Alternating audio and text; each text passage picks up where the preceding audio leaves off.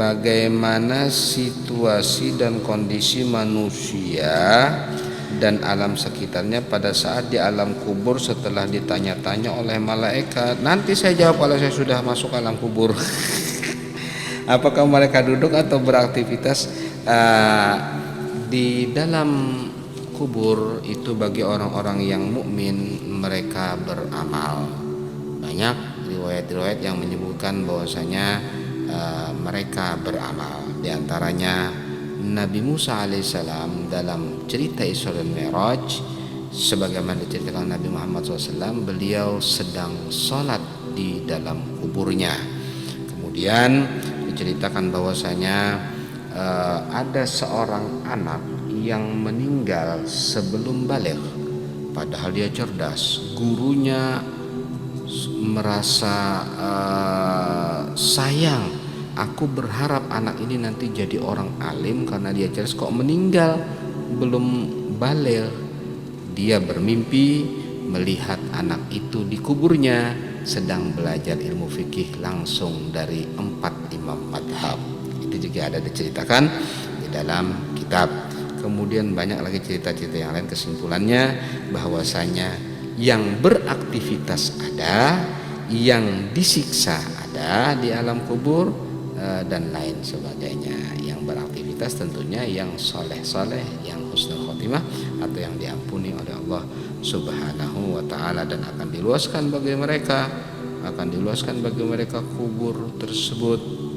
Ada riwayat seseorang wanita meninggal dunia, anaknya bermimpi, apa yang terjadi kepada pian ibu?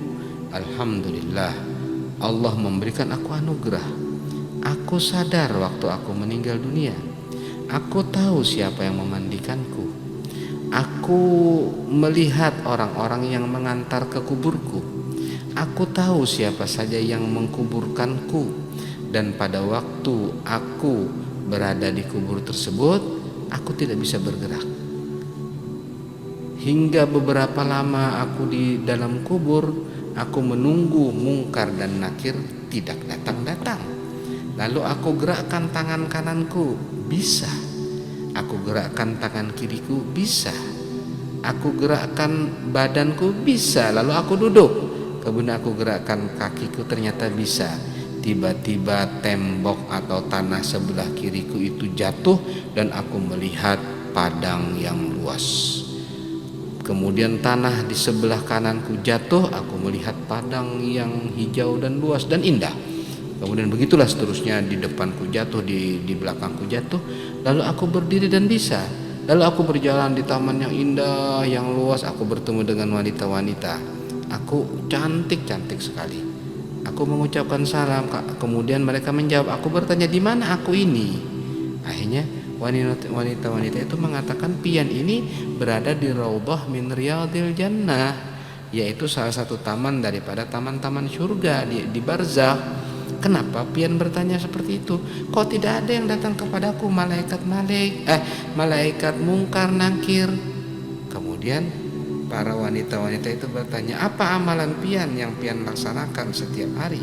Orang itu menjawab, aku setiap hari membaca sholawat kepada Nabi Muhammad SAW 100.000 kali. Luar biasa. Jadi di antara fadilatnya, orang yang membaca sholawat begitu banyaknya, dia tidak merasa waktu dia dicabut nyawanya seakan-akan dia tidur, tapi dia tidak bisa bergerak, cuma dia tahu. Dan dia tidak susah, dan dia tidak sedih, dan dia tidak bingung, dan dia tidak ditanya oleh malaikat mungkar dan nakir. Akhirnya para wanita-wanita itu tersenyum dan mengatakan, ya pantas pian kada ditakuni lawan mungkar dan nakir, karena pian bersolawat banyak sekali setiap hari kepada Nabi Muhammad sallallahu alaihi wasallam.